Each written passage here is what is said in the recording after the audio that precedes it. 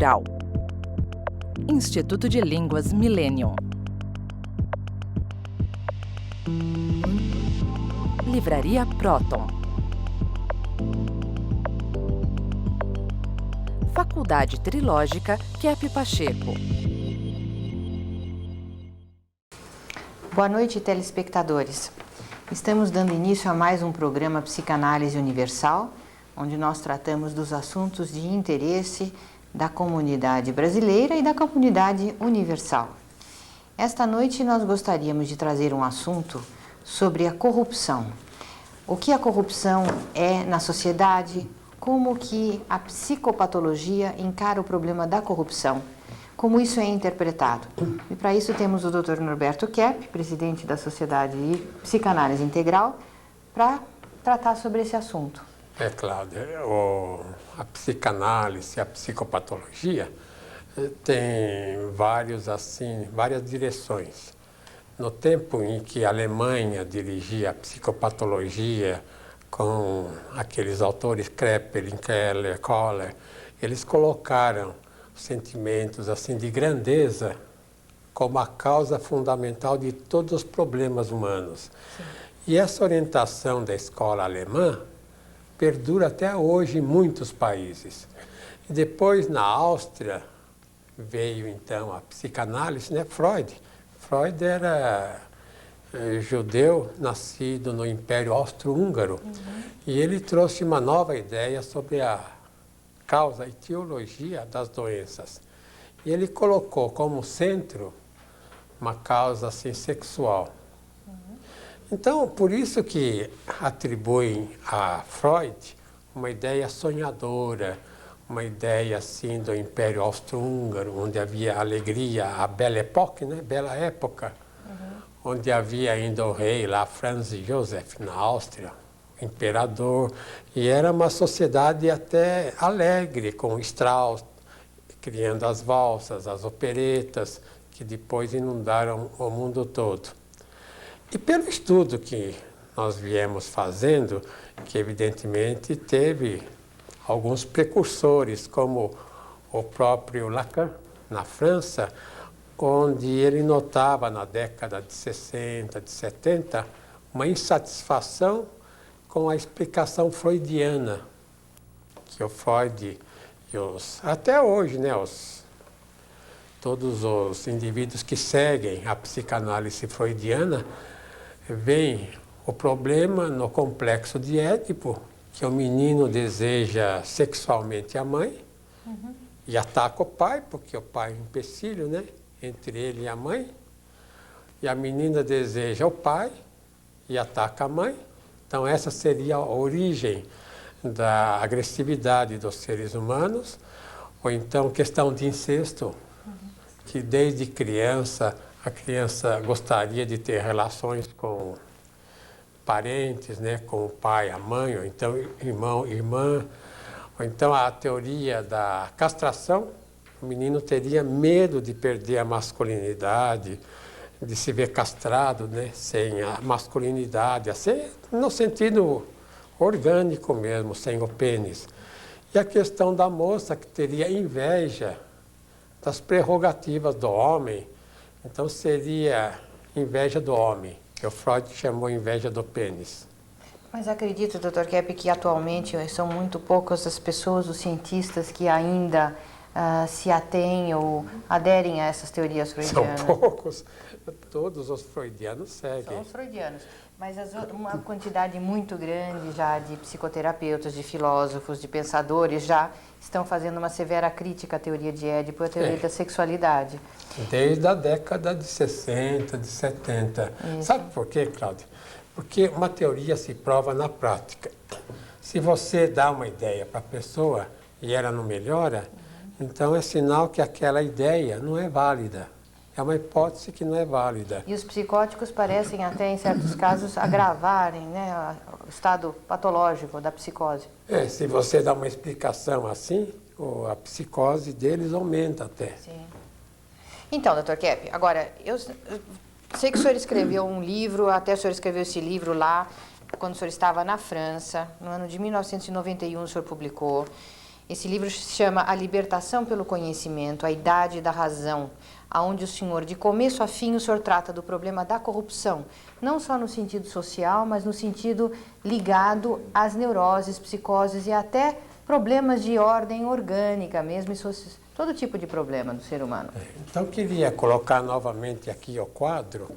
Eu fiz uma estrela colocando no centro da problemática a questão, por exemplo, da corrupção. Veja aqui. Então, eu fiz uma estrela onde coloco a corrupção, que seria o fator de impedimento que o indivíduo tivesse uma conscientização boa. A corrupção seria a corrupção ao ser, né? O indivíduo contra o ser dele. Ou então uma corrupção que levasse, por exemplo, a problemas sociais, porque não quer ver a problemática, como acontece atualmente em nosso país. Sim. Ou então mesmo na guerra da Sérvia, né? Dr. Kepp, aqui no dicionário Aurélio existe uma explicação sobre o que é a corrupção. Corrupção vem do latim corruptione, ato ou efeito de corromper, decomposição, putrefação, devassidão, depravação, perversão, suborno. E depois também aqui fazem ligação à questão de políticos, de governos, de alimentos e sedução. Então, eu acho que aí seria interessante o senhor explicar como que isso ocorre com o ser da pessoa. Então, eu tenho outro esquema, olha aqui. Eu pus um esquema onde eu ponho o não ser. Então, na filosofia, consideram o ser, o estudo do ser, como o mais importante. Então, o indivíduo que se torna doente é o indivíduo que não quer ser, como está aqui, pela inação. Então, ele entra na deformação, na inveja e na mentira. Então, essa figura seríamos nós, Cláudia. Nós seríamos assim, todos deformados, né? Não seres. Então, aqui eu tenho um outro gráfico, Dr. Kepp, que está nesse livro, a Libertação pelo Conhecimento. Eu acho que não dá para o leitor ver, né? Que pena. Acho que está muito pequena as letras. Muito pequeno. Então, que aqui o senhor coloca o bem no centro do ser humano, não é? A beleza e na volta a corrupção na sociedade e no indivíduo. Então, a calúnia, a mentira, toda forma de deformação, doença, preguiça e etc. Né? Agora, tem o seguinte, Cláudia. A metafísica considerava o ser humano constituído de corpo e alma, sendo alma perfeita, não corrompida. Então, a ideia dos pensadores, dos filósofos, teólogos, a partir mesmo de Tomás de Aquino, né, no século XIII, é que a alma não se corrompia. Então, o corpo se corrompia, não a alma. E essa ideia, eu acho que, infelizmente, a ciência mostra que não é certa. Porque o indivíduo não é composto por corpo mais alma. O indivíduo é uma substância só, formado por uma energética, vamos dizer, imaterial até material. Então, quando ele perece, quando ele adoece, quando ele morre, essa energética, essa substância de nível mais baixo perece. Mas a energia de nível mais alto, vamos dizer, espiritual, permanece. Mas a vida, a composição, é uma substância que o ser humano tem, uma só, e não duas. Então, essa ideia tomista, né, é uma ideia errada, porque o indivíduo, ele dizia o seguinte, que o ser humano é formado por essência e existência, só que a existência pode ser totalmente diferente da essência. Sim. Em Deus não, em Deus seria uma existência igual à essência. Então Deus não teria uma existência diferente da essência. E o ser humano poderia ter. Daí o que o Tomás de Aquino chama de defeito, pecado, etc. E nós chamamos de, então, patologia. Mas na ciência, Cláudia, a questão é diferente, viu? Porque a ciência tem a genética atualmente e mostra que no interior do ser há uma deformação enorme. Você sabe que aquele ácido desoxirribonucleico que forma o centro, né? O centro assim da essência DNA. da matéria, o DNA, esse ácido pode ser deformado por RNA, elementos de fora. Quer dizer, a conduta do indivíduo deforma a essência dele. Então, com o tempo, o indivíduo pode se deformar tanto que ele, inclusive, possa gerar monstros. Por que que nascem anões, pessoas deformadas? Porque já no embrião já existe uma deformação genética. Então, isso está provado que essa questão da metafísica estava errada no passado. O senhor está querendo dizer que o indivíduo que se corrompe no sentido moral, psíquico, ético, espiritual, ele também se corrompe no sentido orgânico, até na genética dele. Dr. Kepp, olha, eu acho que uma tese que o senhor desenvolve nesse livro, A Libertação pelo Conhecimento, é muito válida para que todos conheçam. Eu acho que é muito importante que as pessoas saibam que a principal forma de corrupção que a pessoa faz é a corrupção que ela faz através das emoções. E eu gostaria, então, no próximo bloco, trazer, inclusive, algumas entrevistas feitas com o público paulistano para que a gente possa saber qual é o conceito do povo a respeito desse problema. E depois tratarmos, então, do conceito da psicopatologia. Até já.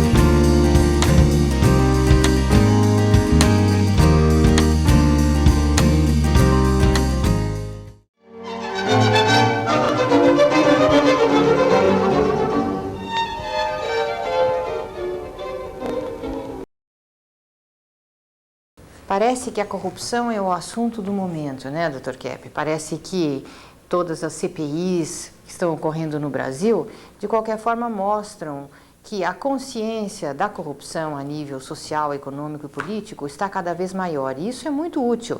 Agora, o importante também é se analisar o que causa essa corrupção. Quais são os fatores psíquicos que causam esse problema no campo social? Então, Dr. Kepp, o senhor nesse livro, A Libertação pelo Conhecimento, o senhor defende a tese de que a idade da razão ainda não houve até hoje na humanidade, mas ela está já demonstrando a sua aurora, e por aí está chegando.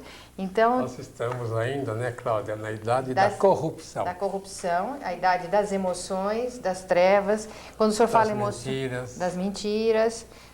Aí, Cláudia, deixa eu mostrar aqui a questão, por exemplo, da genética. Como a própria genética mostra, como há uma corrupção tremenda.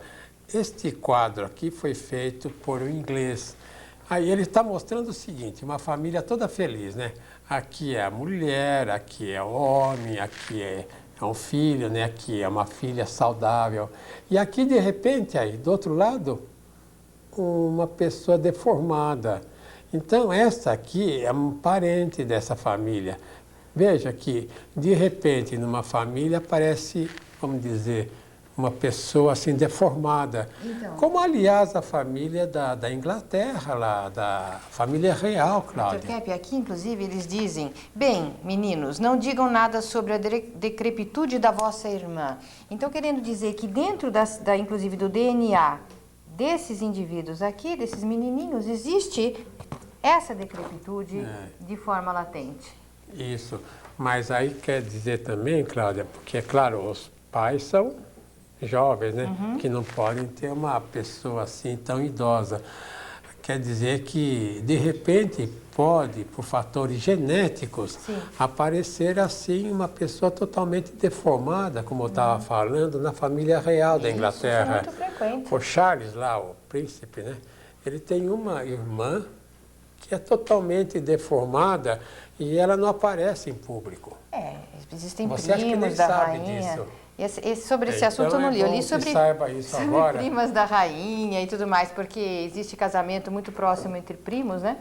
Então, eu queria mostrar também uma outra foto feita, quer dizer, uma figura feita pelo inglês na Inglaterra, em Londres, mostrando o que teria no interior do ser humano. Aí ele faz um monstro, né? Quando a pessoa tem uma conduta muito errada, uma conduta muito assim negativa, uma conduta contra o ser, esses monstros invadem o DNA. Então causa uma transformação total, negativa. E a pessoa então começa por dentro a degenerar. Dr. Kepp, para a gente poder ter uma ideia de como que o paulistano pensa, eu gostaria que o Alexandre passasse umas entrevistas que ele fez.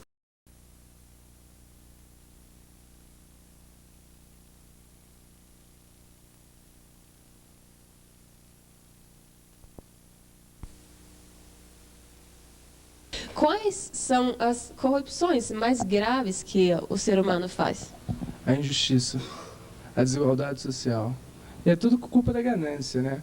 A pessoa esquece do seu próximo. A pessoa quer ser, quer ter, muitos têm, outros não têm nada. Isso é a essência, né? Não tem como uma pessoa ser feliz sabendo que na esquina tem alguém morrendo de fome, ou de sede, ou de frio. Isso é estranho. Eu acho que é uma corrupção muito grande.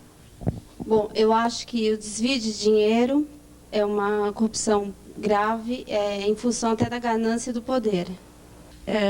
Eu acho que o egoísmo e a necessidade que as pessoas têm de estar acima das outras pessoas, de ter mais poder que as outras pessoas, de ter mais que as outras, de ser mais importante, enfim, que tudo vem do egoísmo delas, da necessidade delas estarem acima dos outros.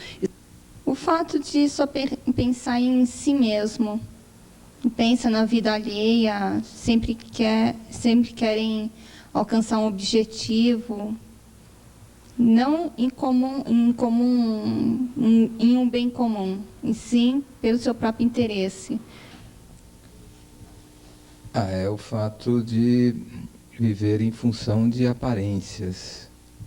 Né? Ele se corrompe daquilo que ele gosta, daquilo que ele quer, para ter dinheiro, para mostrar que ele é uma pessoa bem-sucedida, sem ser obrigatoriamente uma pessoa bem-sucedida.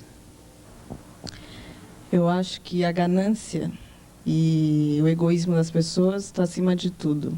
As pessoas só pensam em si mesmas.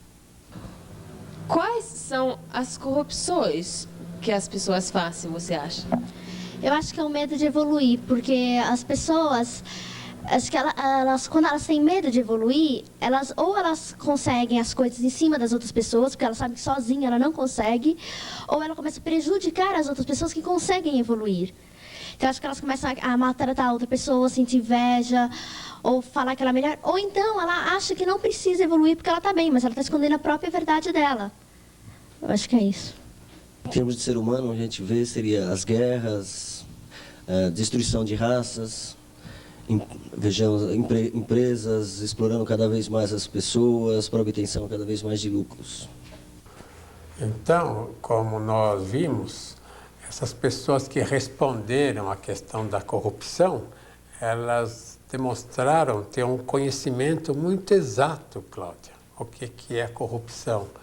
A gente pode, dentro da ciência, caracterizar o seguinte, que a pessoa é corrupta quando ela não deixa o ser dela ser autêntico. Então, nós podemos caracterizar, né, aquelas três fases. A fase oral, quando a pessoa é mais interessada por comida, por bebida, a pessoa se embriaga, ou então a pessoa se droga, toma muitas drogas. Então ela praticamente destrói o ser dela. A doença então é uma corrupção, né, Dr. Kepp? A própria doença é uma corrupção, seja a doença física, seja a doença psíquica. Corrupção da sanidade. Ou então aquela segunda fase, que a pessoa é anal sádica, dos 2 aos 4 anos. Olha, essa gente é que domina a sociedade agora, hein? São esses anais sádicos terríveis que têm o poder aí do dinheiro na mão. Exatamente. E transformaram o ser humano assim num produto de compra e venda, de produzir e comprar. Então, essa segunda fase analsádica produz os indivíduos interessados no dinheiro, no poder. Eles querem ter o poder pelo poder. Agora, eles matam por causa do poder, viu, Cláudia? Eles matam, eles destroem a civilização para ter poder. E depois também, agora, essa terceira corrupção, as pessoas não vão gostar muito, porque foi muito incentivada, inclusive, pelo freudismo. É a corrupção do sexo, que eles criaram uma ideia de que o amor é sexo. Então, essa ideia não veio tanto do Freud, não, mas veio da Melanie Klein. Melanie Klein foi uma discípula do Freud, que foi para a Inglaterra. E lá ela fundou uma escola que é junto com as freudianas, porque tem 7 escolas freudianas, né? E é uma escola que é juntamente com a freudiana, mas é contra a orientação da Anna Freud, que foi a filha do Freud. E ela diz o seguinte, que a maturidade começa quando o indivíduo começa a ter uma vida genital. Sim. Uma vida assim, vamos dizer, sexual. E não é bem assim. Enquanto o indivíduo está nessa fase de 4 a 6 anos, o indivíduo tem um desenvolvimento assim que nós chamamos genital, mais ligado ao narcisismo, mais ligado ao egoísmo, ao egocentrismo. Então, é geralmente uma pessoa que gosta de se exibir. São geralmente as mulheres que se exibem muito, né? Tiram as roupas. Ou então os rapazes que gostam de no cabeleireiro, né? Ter um cabelo perfeito, então, ter um carro bonito. Carrão, né? Então, são mais as pessoas exibicionistas. Sim. Então, eu quero dizer o seguinte, que a sexualidade não é muito sã, não. A sexualidade em si, assim como a comida em si, que se a pessoa se alimenta demais, tem gula, também não é sã. Ou então come uma comida inadequada para o organismo. Ou então a questão do dinheiro. Não é que o indivíduo não queira, não deva ter dinheiro. Tem que ter dinheiro para viver regularmente bem. Naquela base, viu, Cláudia? Comida, eu sempre falo isso, comida devia ser gratuita, pelo menos a comida básica, né? Todo povo tem isso gratuitamente. Sim. Devia ter armazéns aí, o povo vai lá e se alimenta. Exatamente. Então, é uma imoralidade se o indivíduo morre de fome. Isso não pode acontecer mais. Ou sem teto. Ou questão da casa, toda pessoa, isso é obrigação do Estado, Cláudia. Sim. Fazer casas para o povo poder viver. Exatamente. Como é que o povo vai viver debaixo da ponte? Exatamente. Como é que o povo vai... Ele tem que ter dinheiro para ter uma casa, não pode. Isso é uma imoralidade. Isso é que é imoralidade. Corrupção. Grande corrupção. Que o terceiro fator, a roupa. Sim. A roupa fundamental. Todo indivíduo tem que ter, vamos dizer, uma roupa fundamental para ele não morrer de frio ou de calor, sei lá, ele poder se vestir basicamente. Agora, se ele quer um carro, se ele quer uma casa melhor, uma casa de campo, um apartamento, que é isso, que é aquilo, então ele trabalha e ganha dinheiro para conseguir isso. Sim. Mas a água tem que ser de graça, o alimento tem que ser de graça, tem que ser dado para o povo, não só no Brasil, no mundo todo. Isso, Cláudia, só se fizesse isso só, 50% dos crimes, dos roubos, dos latrocínios, resolveria. Talvez até mais, não, doutor Kepp? 50% da angústia que o povo tem, 50% desse desespero, o indivíduo precisa sobreviver, precisa ganhar para comer. Isso. Acabaria, Cláudia, acabaria.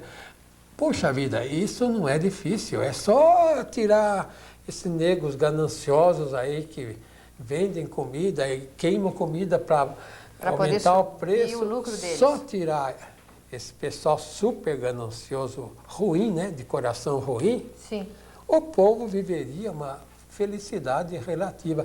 E tem que ser feito assim. Se não fizer agora, tem que ser feito amanhã. Então, voltaremos dentro de instantes para o terceiro bloco do nosso programa dessa noite. Muito bem, doutor.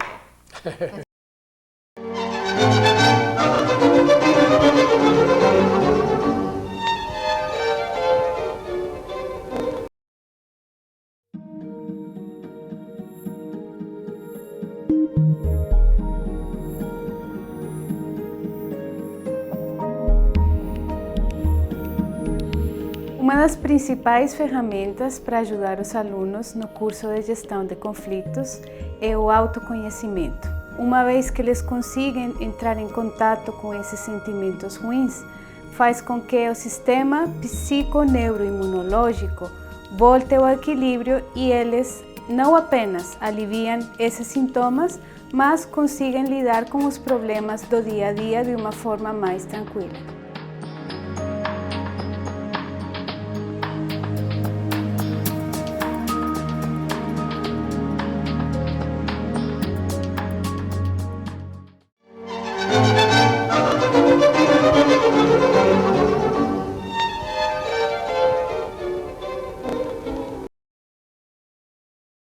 Quando estamos falando em corrupção, todos se inflamam.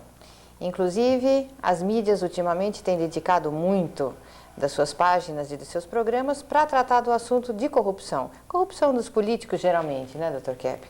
Eles parecem que os políticos ficam com uma imagem da corrupção social. E gostaria até de, hoje, então, trazer o assunto de como que as mídias corrompem a população ou como que as mídias, guiadas por outros interesses maiores, podem corromper a civilização. Antes, essa questão dos políticos, é interessante falar essa questão aqui, porque eu escrevi até um livro nos Estados Unidos, da libertação do povo, Liberation of the Povo. Então, nesse livro, eu mostro que a salvação da humanidade estava nos políticos. Porque o político tem que acordar que ele não deve ser subserviente ao poder econômico. Sim.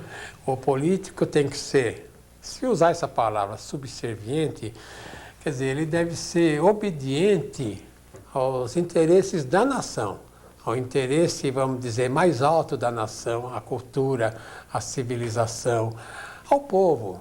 O político deve servir ao povo e não, ele deve perceber. Acho que nem todos percebem, viu, Cláudia? Muito menos nos Estados Unidos, viu, Susan? Os governos do mundo todo não percebem que eles entraram numa armadilha do poder econômico. Agora eles têm que seguir leis que favoreçam esse poder econômico. Então, Susan Berkeley já esteve aqui conosco no programa da semana passada falando sobre questões de mídia. Susan Berkeley mora em Nova York, foi radialista há muitos anos e hoje em dia trabalha nesse campo de comunicações e está escrevendo um livro sobre a verdade e a mentira nas mídias, né, Susan? Sim. Então, o que a Susan, ela está tentando escrever porque ela tem um pouco de medo, né? Bom... eu acho que eu não tenho medo, não, Dr. Kepp, porque é importante essas informações. Então, por que não escreveu ainda? Bom, essa é uma boa pergunta. Não, porque é difícil, Dr. Kepp, o senhor sabe, né? Mas tá bom, então o que ela poderia contribuir sobre essa questão de corrupção e de mídia, Susan? Ok. A primeira coisa que eu acho que o povo não sabe é que atrás da mídia tem donos que são dos multinacionais e são eles que dirigem tudo que o povo pode ver, por exemplo, e eles transmitem os valores deles, que, por exemplo, valoriza os bens materiais, sobretudo, seja bom consumidor, felicidade pode ser comprada, há uma solução instantânea aos problemas complexos. Então, mas comenta um pouco sobre isso, essa solução instantânea aos problemas complexos. Isso é uma grave mentira, né, Susan? Não é ainda a reminiscência daquele período lá positivista em que o povo lá, não sei se é só daquele tempo, mas eu tenho a impressão, Susan, que o povo americano é um povo que espera muito de milagres.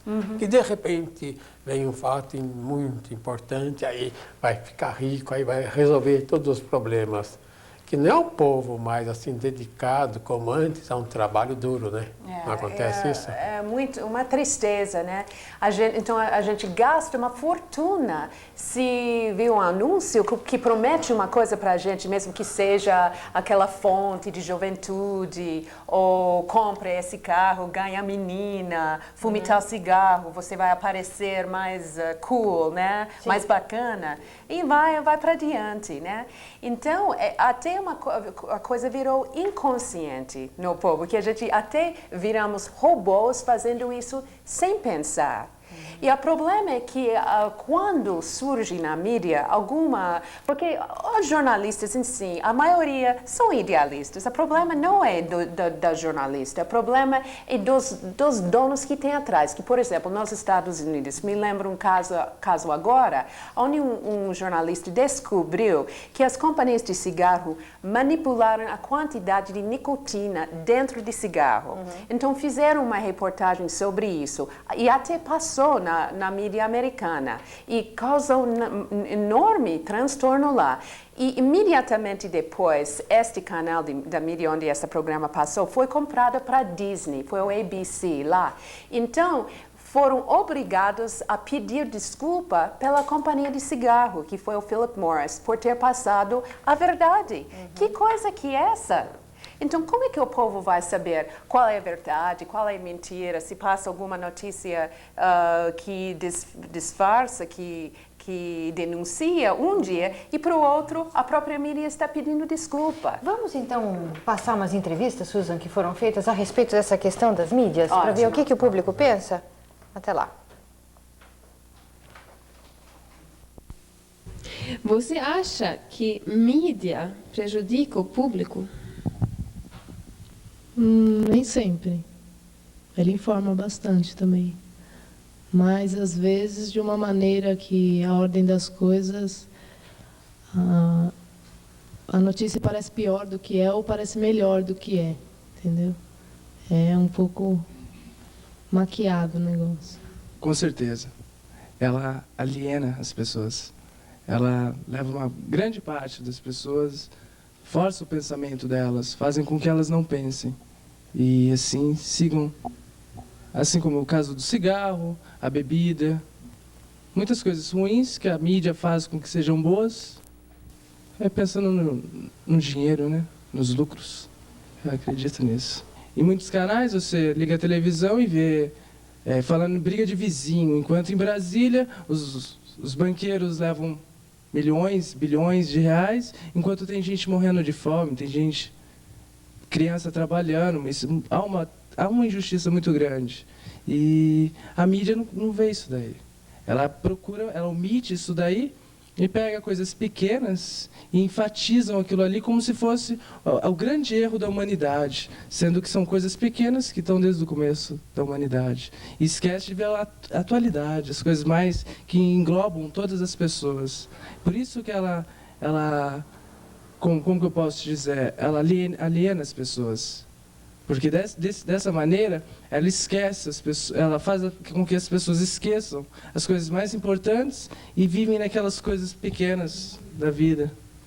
Ela prejudica quando ela quer controlar uma situação. No sentido de informar, não.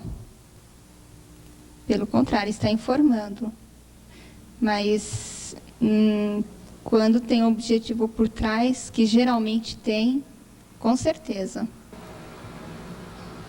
Porque eles querem sempre levar o público a um caminho que não é o real. Já prejudica o público? Prejudica, aliena. Na medida em que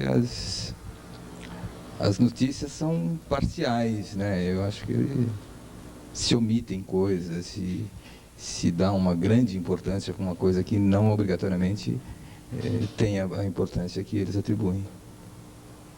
Prejudica, assim, acaba forçando as suas ideias, os seus pensamentos, e poucas coisas são feitas realmente para desenvolver a consciência do público, né, das pessoas. Você acha que mídia prejudica o público? Eu acho que ela prejudica quando há um interesse muito maior em dinheiro do que em colocar a própria verdade para as pessoas poderem pensar no que elas devem fazer, no que é certo e no que é errado. Prejudica nesse sentido, porque as pessoas às vezes no fundo nem quer aquilo, mas ela é totalmente induzida para comprá-lo. Então, Vocês viram, todo mundo acha que a mídia tem sua grande parcela de responsabilidade no prejuízo à população. E nos Estados Unidos, Susan? Bom, o jovem típico assiste até a idade de 18, 22 mil horas de televisão, que é mais tempo que ela passa na sala de aula. E dentro desses 22 mil horas, ela assiste 20 mil atos de violência e, entre elas, 8 mil assassinatos antes da idade de 12 anos. Então, tudo isso desensibiliza as crianças à violência. Lá nos Estados Unidos, há muita discussão agora sobre as causas daqueles ataques horrorosos dentro da escola, um jovem matando um ao outro, dando tiros. Então, eu acho que, claro que isso prejudica. Por exemplo, esses jogos de vídeos que os jovens jogam agora, são os mesmos tipos de técnicas que estão usados para treinar os soldados para dar mais tiros numa guerra. Por exemplo, na Segunda Guerra Mundial, os soldados 20% dava tiro. Depois, quando eles estavam treinando os soldados para o Vietnã e usavam essas técnicas de jogo de vídeo, 95% dava tiro. E lá em Little Rock, Arkansas, atiradores, o Michael Carneal, ele nunca tinha disparado uma arma antes desse ataque. Mas ele deu 8 tiros e cada um desses 8 acertou. E sabe que uma polícia, dando tiro de 7 metros, acerta em menos 1 em cada 5. Então, é mais do que provada do que esses jogos de vídeo, programas violentos em televisão, causam essas reações. Inclusive porque a mídia estimula a emoção, né, do ser humano. A mídia trabalha com as emoções do ser humano. Com medo, com raiva, com depressão, com tristeza. E a emoção é um fator que corrompe o conhecimento da pessoa, corrompe a consciência. Mas existe também, viu, Cláudia, essa questão de interesse. Eles têm interesse em governar lá em cima, então eles querem criar, assim, tensão no povo, enquanto o povo está um brigando com o outro, cada pessoa pondo a culpa no outro, então os poderes estão tranquilos. É o modo maquiavélico de governar. Exatamente. Aliás, famoso, porque isso trouxe Nicola Maquiavel, que trouxe essa maneira de governar o povo, fazendo uma divisão entre eles, uma briga entre eles. Isso. Então, eu acho que nosso bloco, desse momento, tem que darmos intervalo e, no próximo setor, falaremos de novo nesse assunto muito interessante. Até já.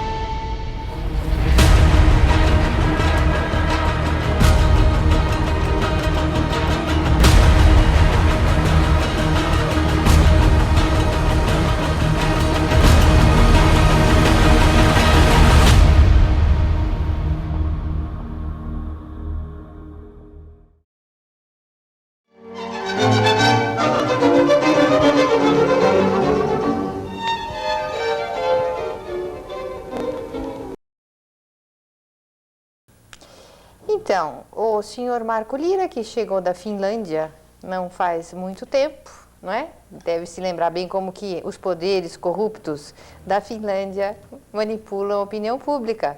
Poderia falar sobre isso aqui na televisão. Eu lembro muito bem essa situação na Finlândia, por exemplo. Eu acredito nos vários países europeus é assim que maiores jornais são donos das agências de notícias. Na Finlândia, por exemplo, a situação é justamente assim. Então, não tem nenhum elemento neutro lá no meio, que é uma panela só. Jornais e agência funcionam junto. Mas, então, eu lembro, eu li antes que nós viemos para cá, uma vez eles publicaram notícias que Estados Unidos vai ajudar o México por 20 bilhões de dólares na crise econômica do México. Mas então, calculando quanto que o México vai pagar para os Estados Unidos... De juros? De juros. Então, multiplicando essa quantidade... Quem ajuda quem? Quantos 200 bilhões, né? Então, nós podemos perguntar quem que ajudou no final das contas e quem. Na prática, México que está ajudando Estados Unidos. O poder econômico americano, né? O poder financeiro internacional. Olha, Marco, veja que interessante. Houve aquele... bombardearam, né, a embaixada da China lá na... Iugoslávia. Na Iugoslávia, né? Então aqui já coloca, um relatório acusa a China de espiã nuclear. Veja que interessante, essa é a notícia vinda dos Estados Unidos. Para evitar que os chineses ganhem a frente nas acusações, ele já coloca uma outra acusação aí contra a China para brecar. Como diz, né, a melhor defesa é o ataque. E aí outra coisa, a ONU diz ter provas contra forças sérvias. Então, a OTAN, aí, o primeiro mundo, ataca aquele paizinho, a Sérvia, né, um país diminuto, cria uma maior confusão lá, depois tentam acusar os sérvios de estarem assim fazendo qualquer coisa assim de uma limpeza étnica. Dr. Kepp, agora eu acho absolutamente essencial que se diga de onde que veio a matéria. Uma veio de Washington e a outra veio das agências internacionais. Então, uma coisa que eu queria acrescentar, que o povo não pode esquecer, que nos Estados Unidos, por exemplo, tem 120 mil jornalistas, mas tem 150 mil pessoas que trabalham de relações públicas. Então, qualquer notícia que surge que não favorece aquele que tem poder, esse pessoal lá das relações públicas, logo estão lá tentando encobrir e fazer outra notícia contra. E essas agências centralizadoras das notícias, Susan?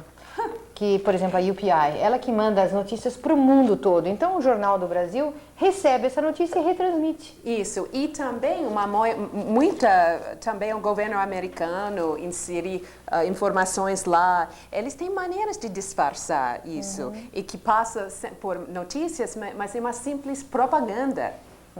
Então, mas Susan, tem que ver o seguinte, que antes quem fazia, por exemplo, o progresso da nação, quem trabalhava nas fábricas eram os operários. Então, aí teria que dar satisfação ao público, ao povo, e agradar ao povo, inclusive dar notícias favoráveis ao povo. Mas agora as indústrias estão todas robotizadas, então eles não querem mais nem operários. Então o ser humano está praticamente anulado aos interesses de quem está lá em cima, eu digo, os interesses econômicos, principalmente no primeiro mundo. O Japão é tudo feito por robô, né? A gente sabe disso, os carros. Então, agora, a orientação da mídia, que é uma orientação que está a serviço, antes a serviço do povo, agora a serviço de quem está no poder, então, evidentemente, a mídia funciona a serviço de quem está no poder, que é o poder econômico. Então nós entramos nesse campo da verdade e da mentira nas mídias e nós temos aqui algumas entrevistas sobre esse assunto.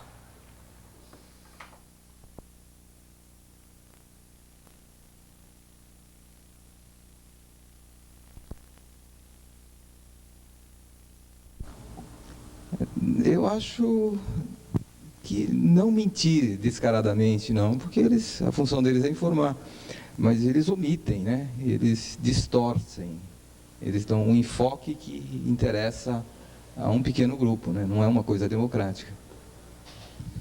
Não se trata de mentir. Na verdade, eles forçam os seus pensamentos, né? E acabam tirando exatamente assim a possibilidade das pessoas se desenvolverem. Eles acabam direcionando para algum tipo de pensamento. Não diríamos que na maior parte das vezes estão mentindo, só forçando as suas ideias. Quando há muito mais interesse, né, igual da forma que eu falei, muito mais interesse na forma de dinheiro, com certeza sim. Tá? Com certeza ela vai mentir, visando só seu resultado econômico e não o bem de qualquer sociedade. Acho. Ela só pensa no lucro dela mesma e não se preocupa com as pessoas, né? Um exemplo prático disso, por exemplo, é o cigarro, né? Depois de algum tempo para cá, agora sai a mensagem que prejudica a saúde. Antigamente, não. Depois foi obrigatório. Mas eu acho que uma propaganda dessa, por exemplo, nem deveria ser em comerciais. Eu acho que há uma grande diferença da verdade, acho que a mente, sim. Ela faz você acreditar no que ela quer. E infelizmente, a grande parte do povo brasileiro é ignorante, desculpa dizer, mas é a verdade. E eles, de vez de eles informarem o povo, eles querem que eles continuem ignorantes para eles poderem enganar cada vez mais. Então, para eles, tá bom do jeito que tá. Tá bom assim, quero continuar assim porque eu vou vender meu produto, porque eu vou continuar assim, porque meu partido vai continuar um vencedor, sempre assim. Então, doutor Kepp, como o senhor acabou de dizer, a criança, pelo menos, fala a verdade, hein? Como essa menininha falou a verdade. E sabe o que acontece, Cláudio? Aquela ideia de que a consciência do povo é feita pela mídia, pela promoção, que a consciência do povo veio assim pelo ensino, é uma ideia muito errada, porque a consciência é anterior à escola. A consciência é algo inato na pessoa, é algo assim que a pessoa já nasce. Então, pode haver um sistema de forjar, de fazer assim a mentira, de entrochar no povo a mentira.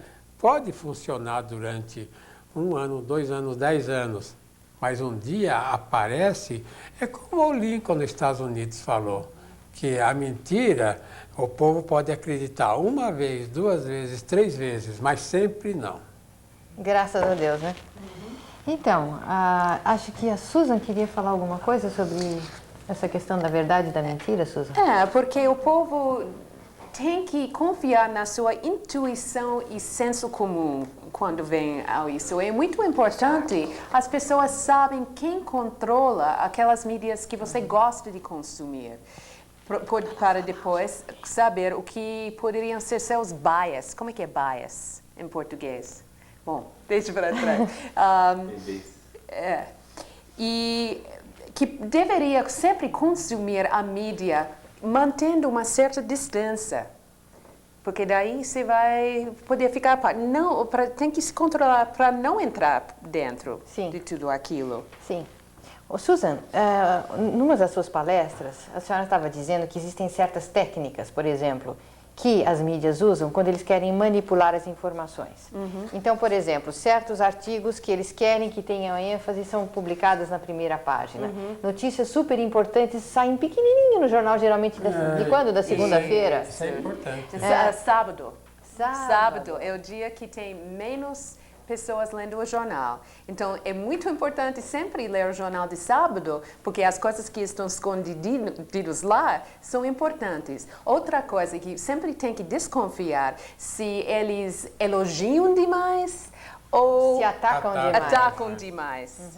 E sempre procura a coisa mais moderada. Sim, sim. E aquelas notícias sempre assim, ao redor, né, da margem, notícias pequenas.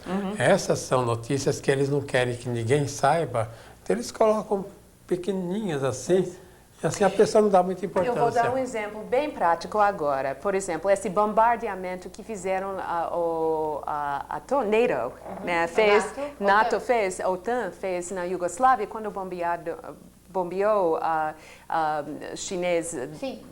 lá, embaixada chinesa. Então, logo no dia seguinte, eu ouvi um anúncio pequenininho dizendo que agora vamos ter que dar mais dinheiro para a CIA, porque a causa desse bombardeamento foi porque a CIA não teve inteligência, faltou dinheiro, daí a inteligência faltou e deram um mapa errado. Então eu pensei, bom, vai ver que a CIA trocou de mapa para depois pedir do Congresso americano mais dinheiro, e foi um jogo desse tipo. Mas, Suzy, é uma sorte para o mundo, a CIA não tem muita inteligência. Claro. Porque assim eles não podem destruir tanto. Olha, com relação a essa guerra no Kosovo, e nos jornais europeus, eles estão noticiando justamente naqueles jornais mais liberais, dizendo que, na verdade, está já se formando todo um avanço por terra que não é noticiado apropriadamente, porque estava se criando uma opinião pública muito desfavorável contra a ação de Washington, da Inglaterra e da OTAN, e que eles estão preparando nos bastidores uma guerra que eles estão decididos a tentar fazer, pelo menos. Isso, então nós temos recebido informações do Portugal, por exemplo, que são completamente diferentes do que se passa nos Estados Unidos. Então, Olha, Suza, tem um minuto só e eles pensam que eles têm que seguir Nostradamus. Eles são muito supersticiosos, viu? Quem pensa? Lá, essas seitas, essas sociedades internacionais, essas sociedades secretas, eles querem seguir Nostradamus, esses videntes. Querem fazer uma grande desastre, uma catástrofe antes do milênio? Eles serem os vencedores, eles fazerem a nova civilização. É até capaz de ser verdade mesmo. É verdade. O fato é que, de qualquer forma, lucra-se muito nas indústrias armamentistas com a guerra, não é? E depois lucra-se com a reconstrução, entre aspas, do que foi destruído. Então, até a próxima semana, gostaria de agradecer a presença de vocês. Bye bye, Susan. Bye bye, Marco.